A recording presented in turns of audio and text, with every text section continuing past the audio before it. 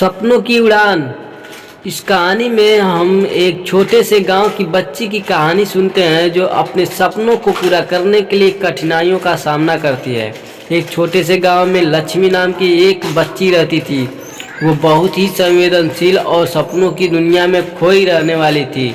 लक्ष्मी के दिल में एक सपना था कि वह एक दिन अपने गांव को ऊंचाइयों तक ले जाएगी और उसे खुशहाली और सम्मान की ऊंचाइयों प्राप्त होगी।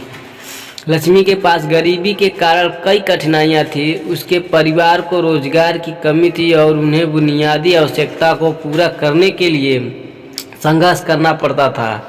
लेकिन लक्ष्मी नहीं हारी और वह हमेशा अपने सपनों के पीछे लगी रहती थी। उसका पहला कदम उसने शिक्षा में आगे बढ़कर उठाया। गांव में उसके स्कूल नहीं था, लेकिन उसने खुद को पढ़ाई के लिए समर्पित कर दिया। वह दूसरे गांव जाती और पढ़ाई के लिए पूरी मेहनत करती। संघर्ष और कठिनाइयों के बावजूद वो अपने लक्ष्य की ओर बढ़ रही थी। लक्ष्मी की दृढ़ता और मेहनत ने उसे सफलता की ओर ले जाया। उसने अपनी पढ़ाई पूरी की और उच्च शिक्षा हासिल की।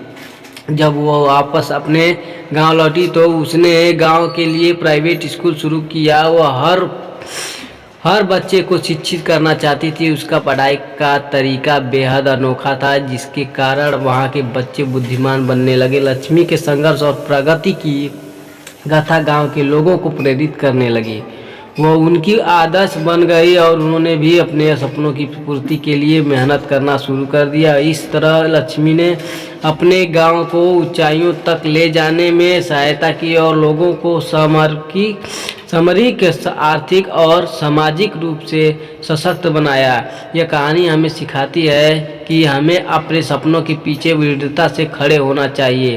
कठिनाइयों के बावजूद हमें अपनी मेहनत और समर्पण बनाए रखने की आवश्यकता होती है। जब हम अपने सपनों के प्रति विश्वास रखते हैं और मेहनत करते हैं तो हम आपातकाल में भी सफलता की ओर बढ़ सकते हैं। दोस्तों।